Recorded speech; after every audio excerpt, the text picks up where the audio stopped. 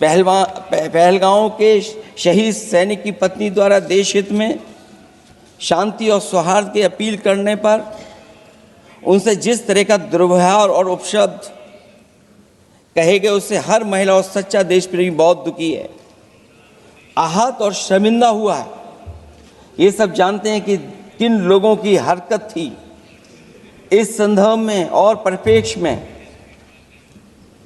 में हमने महिला आयोग को पुरजोर अपील की थी कि वो नारी की गरिमा के विरुद्ध गलत बयानी करने वालों के खिलाफ केवल शाब्दिक औपचारिकताएं न निभाएं और बल्कि सही से कार्रवाई करें, लेकिन उस पर भी कुछ नहीं किया सरकार ने। पहलगाम की पीड़ित महिलाओं के बारे में कहे गए बयान के लिए निंदनीय शब्द से निंदनीय शब्द तक को आपत्ति होगी। नारी वंदन की जगह नारी का अपमान, निंदा और हर संभव शोषण और उत्पीड़न करना ही। पहलगाम में हुए आतंकवादी हमले के जवाब में एलजी साहब ने कहा कि वो इंटेलिजेंस फेलियर है, लेकिन यह नहीं बताया कि फेलियर क्यों हुआ है। अध्यक्ष महोदय, मैं उम्मीद करता हूं कि सरकार का ये जवाब जरूर आए कि फेलियर क्यों हुआ है। ऑपरेशन सिंदूर के नाम पर जो प्रचार किया गया वो भी निंदनीय है। सच तो यह है कि ऑपरेशन सिंदूर का होना ही सरकार की विफलता का प्रतीक है। इससे बड़ी विफलता सरकार की कोई नहीं हो सकती कि अध्यक्ष महोदय, हम और आप सब मिल करके बैठ करके सिंदूर ऑपरेशन पर बहस करें, चर्चा करें। ऑपरेशन सिंदूर के दौरान विदेशी लोगों ने दावा किया कि उन्होंने उसे रुकवाया है। ये बात कई बार माननीय सदस्यों की तरफ से आई है कि आखिरकार किसने रुकवाया। हमसे हमारी संप्रभुता खंडित हुई है। संप्रभुता ही स्वतंत्रता की सुनिश्चित करती है। इधर आज़ादी के अमृत काल का ढिंढोरा पीटा जा रहा है, उधर हमारी इंटीग्रिटी को चुनौती दी जा रही है। देश की विदेश नीति पूरी तरह फेल है। ऑपरेशन सिंदूर और पहलगांव की घटना पर दुनिया के किसी भी देश ने हमारा साथ नहीं दिया। ये हमारी विदेश नीति का संकट काल है। हमारे पड़ोसी देश या तो अतिक्रमण कर रहे हैं या हमारे साथ नहीं खड़े हैं। और आप अपने गिरेबान में झांक कर देखिए, 10 साल आपने सेना को बुलेट प्रूफ जैकेट तक नहीं दी। नरेंद्र मोदी जी की सरकार में मात्र 3 सालों में 2 lakh bullet proof jacket make in India बनाकर हमने दी है। आपने 10 सालों में नहीं, 30 सालों में आपने 1 रैंक 1 पेंशन नहीं दिया। नरेंद्र मोदी जी की सरकार ने 1 रैंक पेंशन की मांग को भी पूरा किया है। और यही नहीं, मैं आपको बताना चाहता हूं, अटल जी की सरकार में देखिए, आपके समय 48 में, 62 में, 65 में, 71 की लड़ाइयां हुई, लेकिन सेना के जवानों का पार्थिव शरीर उनके घरों तक नहीं जाता था। अटल बिहारी वाजपेयी जी की सरकार बनी, तब जाकर पार्थिव शरीरों को उनके घर तक पहुंचाने का काम किया। तो अटल बिहारी वाजपेयी की सरकार ने, भारतीय जनता पार्टी की सरकार ने किया।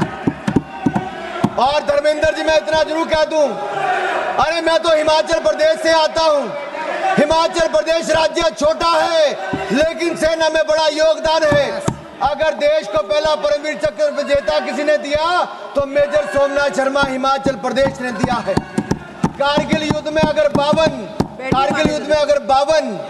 52 शहादत सबसे ज्यादा हुई तो हिमाचल प्रदेश की हुई।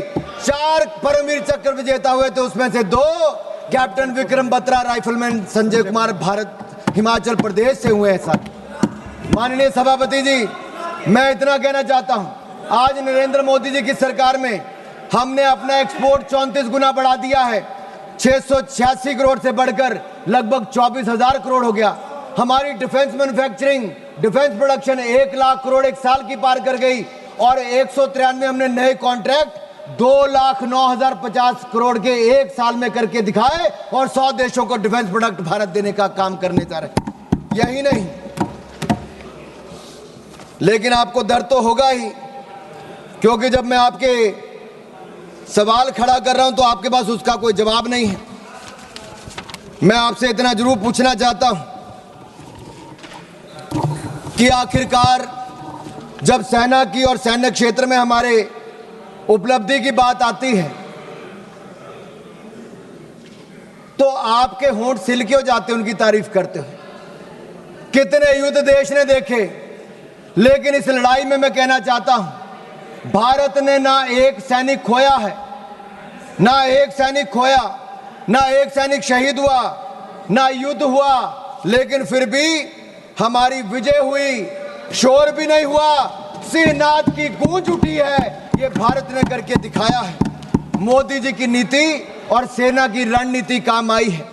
प्रधानमंत्री मोदी जी के बारे में ये कहूंगा, जब वो मुख्यमंत्री भी नहीं थे, उस समय हिमाचल के प्रभारी थे। कारगिल के युद्ध में वो उस समय भी सेना के जवानों का हाल पूछने कारगिल गए थे, और जब से वो प्रधानमंत्री बने हैं हर दिवाली सेना के जवानों के साथ मनाने का काम प्रधानमंत्री मोदी ने किया है, सेना को सशक्त भी किया। और मैं एक बात कहूंगा, एक और भारत की सेना पाकिस्तान को कड़ा जवाब दे रही थी, लेकिन दूसरी ओर आप लोग क्या कर रहे थे? राहुल गांधी जी क्या कर रहे थे? सबूत मांग रहे थे और साथ ही साथ कवर फायर भी दे रहे थे। कवर फायर किसको दे रहे थे, ये आपको पूछना पड़ेगा। आपने कहा कि हमने सरेंडर कर दिया। हमने स्पष्ट किया है कि जब तक हमने ऑपरेशन और मिलिट्री ऑब्जेक्टिव पूरा नहीं किया तब तक हमने सीजफायर नहीं किया था, और तीसरे पक्ष की मध्यस्थता को हमने पहले ही नकार दिया था। और यही नहीं, एक बात तो मैं आपको स्पष्ट कर देना चाहता हूं, आज भारत का दूसरा सबसे लंबे समय तक प्रधानमंत्री के पद पर रहने वाला कोई व्यक्ति है तो उनका नाम नरेंद्र मोदी है। 2001 से लेकर 2025 तक, मुख्यमंत्री से लेकर प्रधानमंत्री तक 25 साल में एक दिन की भी छुट्टी लिए बिना देश के लिए हर पल जीने का काम करने वाले नरेंद्र मोदी हैं। आपने भारत की सेना पर प्रश्न चिन्ह खड़ा किया है। मैं इतना कहूंगा, हम दुनिया का सबसे बड़ा लोकतंत्र है, दुनिया की चौथी बड़ी अर्थव्यवस्था है, दुनिया के सबसे लोकप्रिय प्रधानमंत्री नेता हमारे पास हैं। भारत को झुकाने वाला कोई कमाई का लाल पैदा नहीं हुआ जो झुका सके। भारत को कोई झुका सके ऐसा किसी में दम नहीं। भारत से विश्व है, हम किसी से कम नहीं, हम किसी से कम नहीं।